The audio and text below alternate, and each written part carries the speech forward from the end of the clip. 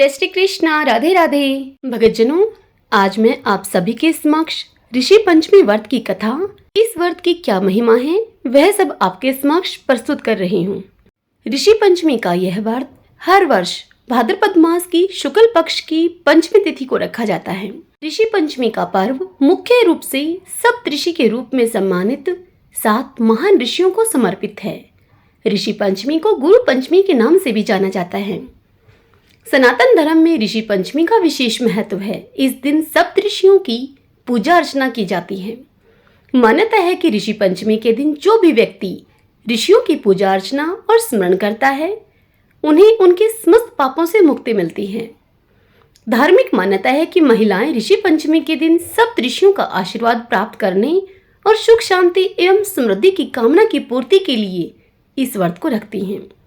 ऐसा माना जाता है कि ऋषि पंचमी का व्रत करने से अगर किसी महिला से रजस्वला इत्यादि महामारी के दौरान अगर कोई भूल चूक हो जाती है, तो इस व्रत को करने से उस भूल के दोष को समाप्त किया जा सकता है। आइए भगतजनों, अब हम ऋषि पंचमी व्रत की कथा को सुनते हैं। इसी कथा के अंतर्गत इस व्रत की विधि और महत्व छिपा है। तो आइए सर्वप्रथम भगवान का स्मरण करते हुए सब बोलिए, भगवान शंकर माता पार्वती की जय, गुरुदेव महाराज की जय। आइए अब कथा सुनते हैं। एक समय की बात है, महादेव जी माता पार्वती से विषय पर चर्चा कर रहे थे। एकाएक महादेव जी माता पार्वती से कहते हैं, पार्वती, एक समय की बात है, मैंने जगत के स्वामी भगवान श्री विष्णु से पूछा था कि हे भगवान, सब व्रतों में उत्तम व्रत कौन सा है जो पुत्र पौत्र आदि की वृद्धि करने वाला और सुख सौभाग्य को देने वाला हो। उस समय उन्होंने जो कुछ उत्तर दिया मुझे, वह सब मैं तुम्हें कहता हूँ, सुनो। श्री विष्णु भगवान मुझसे बोले, हे महाबाहु शिव, पूर्व काल में देव शर्मा नाम के एक ब्राह्मण रहते थे, जो वेदों के पारगामी विद्वान थे और सदा स्व अध्याय में ही वह लगे रहते थे। प्रतिदिन अग्निहोत्र करते तथा सदा अध्ययन अध्यापन यजन याजन एवं दान प्रतिग्रह रूप 6 कर्मों में प्रवृत्त रहते थे। सभी वर्णों के लोगों में उनका बड़ा मान था। वे पुत्र, पशु और बंधु बांधव सबसे संपन्न थे। ब्राह्मणों में श्रेष्ठ देवशर्मा की गृहिणी का नाम भगना था। वे भादों के शुक्ल पक्ष में पंचमी तिथि आने पर तपस्या व्रत पालन के द्वारा इंद्रियों को वश में रखते हुए पिता का एकोदिष्ट श्राद्ध किया करते थे। पहले दिन रात्रि में सुख और सौभाग्य प्रदान करने वाले ब्राह्मणों को निमंत्रण देकर आते और निर्मल प्रभात काल आने पर दूसरे दूसरे नए बर्तन मंगवाते तथा उन सभी बर्तनों में अपनी स्त्री के द्वारा पाक अर्थात भोजन तैयार कराते थे। वह पाक 18 रसों से युक्त एवं पितरों को संतोष प्रदान करने वाला होता था।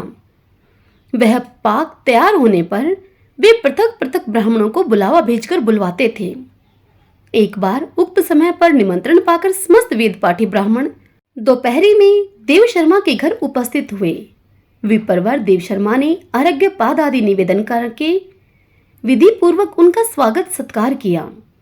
फिर घर के भीतर जाने पर सबको बैठने के लिए उन्होंने आसन दिया और विशेषतः मिष्ठान के साथ उत्तम अन्न उन्हें भोजन कराने के लिए परोसा।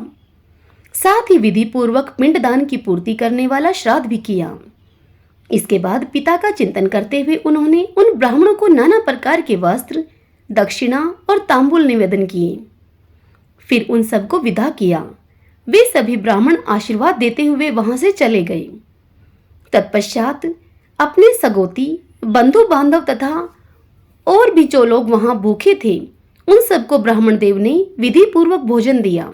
इस प्रकार श्राद्ध का कार्य समाप्त होने पर ब्राह्मण जब कुटीर के दरवाजे पर बैठे, उस समय उनके घर की कुतिया और बैल दोनों परस्पर कुछ बातचीत करने लगे।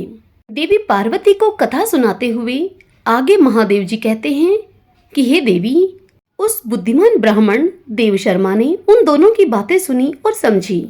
फिर वह ब्राह्मण देव अपने मन ही मन इस प्रकार की बातें सोचने लगे। वह सोचने लगे कि ये साक्षात मेरे माता पिता हैं, जो मेरे ही घर के पशु हुए हैं, तथा यह भी साक्षात मेरी माता हैं, जो दैवयोग से कुतिया हो गई हैं। अब मैं इनके उद्धार के लिए निश्चित रूप से क्या करूं? इसी विचार में पड़े पड़े ब्राह्मण देव को रात भर नींद नहीं आई। वे भगवान विश्वेश्वर का स्मरण करते रहे। प्रातःकाल होने पर वे ऋषियों के समीप गए। वहां वशिष्ठ जी ने उनका भलीभांति स्वागत किया। वशिष्ठ जी बोले, हे ब्राह्मण श्रेष्ठ देवशर्मा, अपने आने का तुम मुझे कारण बताओ। तब ब्राह्मण बोले कि हे मुनिवर, आज मेरा जन्म सफल हुआ तथा आज मेरी संपूर्ण क्रियाएं सफल हो गई, क्योंकि इस समय मुझे आपका दुर्लभ दर्शन प्राप्त हुआ है। अब मेरा आप समाचार सुनिए।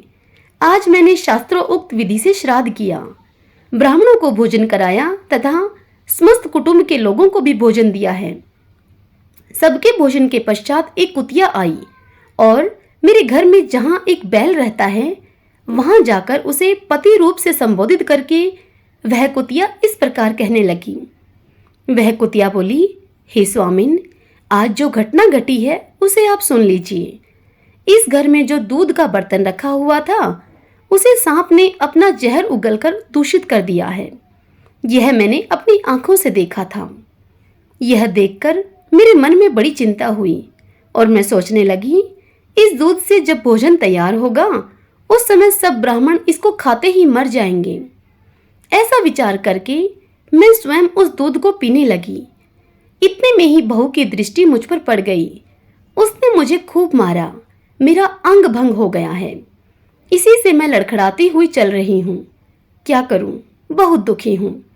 कुतिया के दुख का अनुभव करके बैल ने भी उससे कहा, अब मैं अपने दुख का कारण तुम्हें बताता हूँ, सुनो तुम।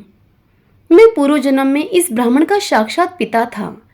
आज इसने ब्राह्मणों को भोजन कराया और प्रचुर अन्न का दान भी किया है, किंतु मेरे आगे इसने घास और जल तक भी नहीं रखा। इसी दुख से मुझे आज बहुत कष्ट हुआ है। वशिष्ठ जी से पंडित देवशर्मा यह सब बताते हुए कहते हैं, हे ऋषिवर, उन दोनों बैल और कुतिया का यह कथांक सुनकर मुझे रात भर नींद नहीं आई। हे मुनिश्रेष्ठ, मुझे तभी से यह बड़ी चिंता हो रही है। मैं वेद का स्वाध्याय करने वाला हूँ, वैदिक कर्मों के अनुष्ठान में मैं कुशल हूँ, फिर भी मेरे माता और पिता को महान दुख सहन करना पड़ रहा है। इसके लिए मैं उनके लिए क्या करूँ? यही सोचता विचारता हुआ मैं आपके पास आया हूँ। आप ही मेरे इस कष्ट को दूर कीजिए। यह सब सुनकर वशिष्ठ जी कहते हैं, हे ब्राह्मण, उन दोनों ने पूर्व जन्म में जो कर्म किया है उसे तुम सुनो। ये तुम्हारे जो पिता हैं वह परम सुंदर कुंडिन नगर में श्रेष्ठ ब्राह्मण रहे हैं। एक समय भादो के महीने में पंचमी तिथि आई थी। तुम्हारे पिता अपने पिता के श्राद्ध आदि में लगे थे, इसलिए उन्हें पंचमी के व्रत का ध्यान नहीं रहा। उनके पिता की श्याह तिथि थी। उस दिन तुम्हारी माता रजस्वला हो गई थी, तो भी उसने ब्राह्मणों के लिए सारा भोजन स्वयं ही तैयार किया। रजस्वला स्त्री पहले दिन चांडालिनी, दूसरे दिन ब्रह्माघातनी और तीसरे दिन धोबिन के समान अपवित्र बताई गई है। चौथे दिन स्नान के बाद उसकी शुद्धि होती है। तुम्हारी माता ने इसका विचार तक नहीं किया, अतः उसी पाप से उसको अपने ही घर की कुतिया होना पड़ा है तथा तुम्हारे पिता भी इसी कर्म से बैल हुए हैं। तब यह सब सुनकर ब्राह्मण ने कहा, हे ऋषिवर, उत्तम व्रत का पालन करने वाले, हे मुनि, आप मुझे कोई ऐसा व्रत, दान, यज्ञ या फिर तीर्थ ऐसा बतलाइए जिसके सेवन करने मात्र से मेरे माता पिता की मुक्ति हो जाए। तब ऋषि वशिष्ठ जी कहने लगे, हे ब्राह्मण, भादो के शुक्ल पक्ष में जो पंचमी आती है उसका नाम ऋषि पंचमी है। उस दिन नदी, कुएं, पोखरे अथवा ब्राह्मण के घर पर जाकर स्नान करें। फिर अपने घर आकर गोबर से लीपकर मंडल बनाएं। उसमें कलश की स्थापना करें। कलश के ऊपर एक पात्र रखकर उसे तिन्नी के चावलों से भर दें। उस पात्र में यज्ञोपवीत, स्वर्ण तथा फल के साथ ही सुख और सौभाग्य देने वाले 7 ऋषियों की स्थापना करें। ऋषि पंचमी के व्रत में स्थित हुए पुरुषों को उन सब का आह्वान करके पूजन करना चाहिए। तिन्नी के चावल ही नैवेद्य लगाएं और उसी का भोजन करें। केवल एक समय भोजन करके व्रत करना चाहिए। उस दिन परम भक्ति के साथ मंत्रों का उच्चारण करते हुए विधि पूर्वक ऋषियों का पूजन करना उचित है। पूजन के समय ब्राह्मणों को दक्षिणा और घी के साथ विधि पूर्वक भोजन सामग्री दान देनी चाहिए तथा समस्त ऋषियों की प्रसन्नता ही इस दान का उद्देश्य होना चाहिए। फिर विधि पूर्वक महात्म्य की कथा को सुनकर ऋषियों की प्रदक्षिणा करें और सबको पृथक पृथक धूप दीप तथा नैवेद्य निवेदन करके अर्घ्य प्रदान करें। अर्घ्य का मंत्र इस प्रकार है। ऋषयः सन्तु मे नित्यं वर्त संपूर्ति कारिणः पूजां गृह्णन्तु मदतां ऋषिभयो अस्तु नमो नमः। पुल सत्यः पुलः च इव क्रतुः प्राचे स ततः वसिष्ठम् आरिचात्रेया अर्घ्यं गृह्णन्तु वो नमः। ऋषिगण सदा मेरे व्रत को पूर्ण करने वाले हों, वे मेरी दी हुई पूजा को स्वीकार करें। सब ऋषियों को मेरा नमस्कार है। पुलसत्य, पुलह, क्रतु, प्राचेतस, वशिष्ठ, मारीच और आत्रेय ये मेरा अर्घ ग्रहण करें। आप सब ऋषियों को मेरा प्रणाम है। इस प्रकार मनोरम धूप दीप आदि के द्वारा ऋषियों की पूजा करनी चाहिए। इस व्रत के प्रभाव से पितरों की मुक्ति होती है। हे वत्सदेव शर्मा, पूर्व कर्म के परिणाम से अथवा रज के संसर्ग दोष से जो कष्ट होता है उससे इस व्रत का अनुष्ठान करने पर निसंदेह छुटकारा मिल जाता है। महादेव जी कहते हैं कि हे देवी पार्वती, यह सुनकर देव शर्मा ने पिता माता की मुक्ति के लिए ऋषि पंचमी व्रत का अनुष्ठान किया। इस व्रत के प्रभाव से वे दोनों पति पत्नी अर्थात बैल और कुतिया अपने पुत्र को आशीर्वाद देते हुए मुक्ति मार्ग से चले गए। ऋषि पंचमी का यह पवित्र व्रत ब्राह्मण के लिए बताया गया, किंतु जो नरश्रेष्ठ इसका अनुष्ठान करते हैं वे सभी पुण्य के भागी होते हैं। जो श्रेष्ठ पुरुष इस परम उत्तम ऋषि व्रत का पालन करते हैं वे इस लोक में प्रचुर भोगों का उपभोग करके अंत में भगवान श्री विष्णु के सनातन लोक को प्राप्त होते हैं। सब बोलिए शंकर भगवान माता पार्वती की जय। भगतजनों, ऋषि पंचमी व्रत की यह कथा मेरे द्वारा आपको सुनना कैसा लगा? यदि आपको पसंद आया हो तो वीडियो को लाइक करें और कमेंट बॉक्स में हर हर महादेव लिखिए। जय श्री कृष्णा, राधे राधे।